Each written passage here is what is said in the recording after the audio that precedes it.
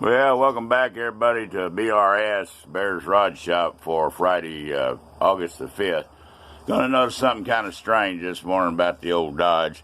Yes, we're still working on the dash right now.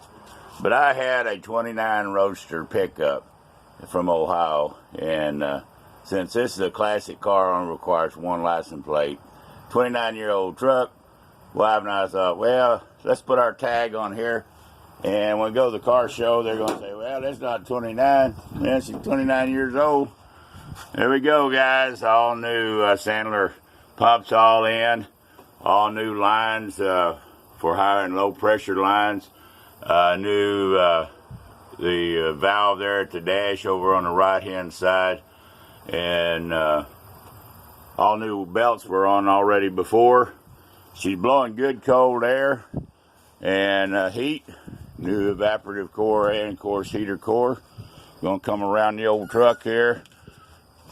Let's talk a little bit about disassemble and reassemble of the dash. There's guys out there that are a lot better than me on these Dodges. Some good videos.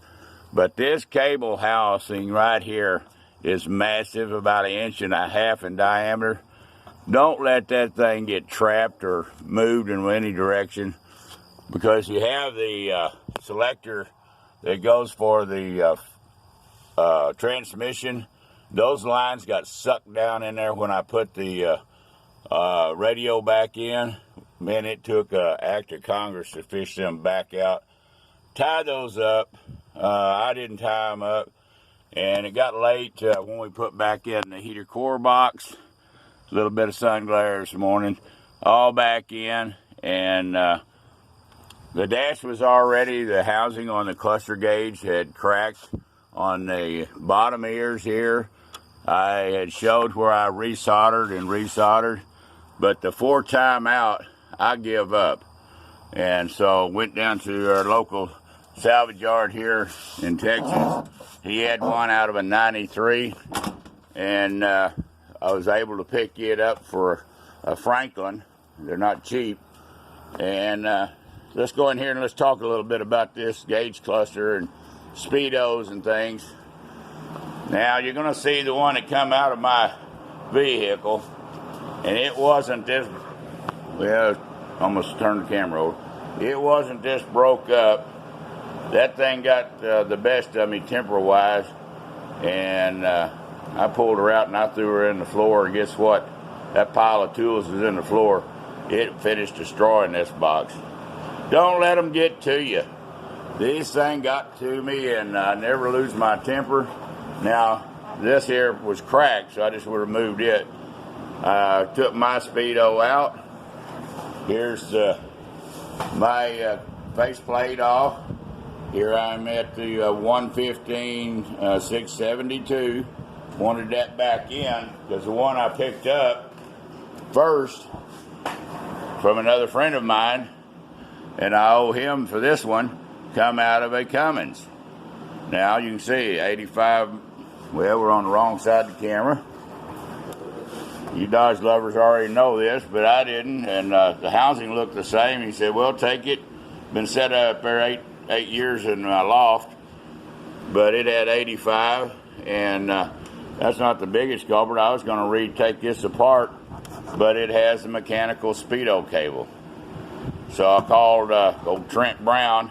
If y'all ever need any parts shipped anywhere in the world, Sunset, Texas, Brown Salvage, they have a whole cluster of not only Mopars, but every kind. They must have 3,000 classics.